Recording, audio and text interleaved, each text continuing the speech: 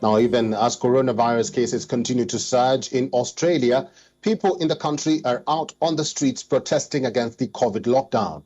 On Saturday, we at WION showed you a report as to how thousands of people were demonstrating against the virus control measures. These people gathered in the Australian capital, Sydney, as well as other major cities. And earlier today, Prime Minister Scott Morrison took stock of the situation. Morrison says that those who are protesting are selfish and will only prolong the lockdowns, not shorten them.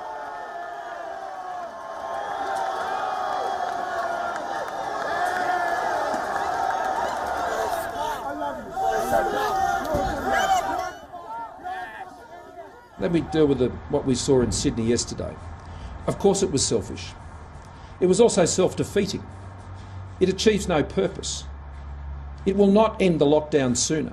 It will only risk the lockdowns running further. People understand there are frustrations with lockdowns, but that type of behaviour doesn't help anybody. Selfish behaviour doesn't help anybody. And so in a city under lockdown, to engage in that was reckless and it was selfish. The Premier of New South Wales, Gladys Berejiklian, also spoke about the protest. She said that on one hand, more than 100,000 got tested in the last 24 hours. And on the flip side, thousands took to the streets illegally, putting their own lives as well as of those close to them at risk.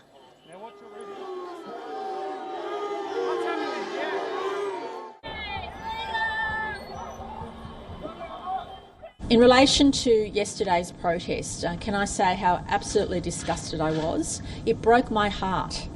Millions and millions of people across our state are doing the right thing, and it just broke my heart that people had such a disregard for their fellow citizens. I just ask everybody to think about that. Each of those people who protested illegally, I'm sure, have loved ones. They're going to go home and risk passing that virus on to their most closest people to them. According to reports, the police fined at least 500 protesters for violent, filthy, risky behavior and arrested over 50 people on site. Note that these demonstrators were mostly without masks and even flouted rules on non-essential travel and public gatherings. The anti-lockdown protests were also marred by violence. People threw potted plants, paint and water bottles at the police, and some even assaulted the police horses.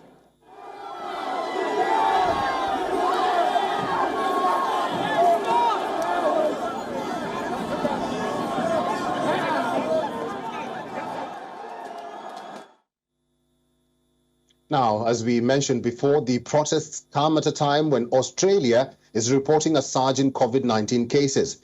This spike is fueled by the Delta variant, first identified in India. On Saturday, Australia reported over 170 new infections with 0 deaths.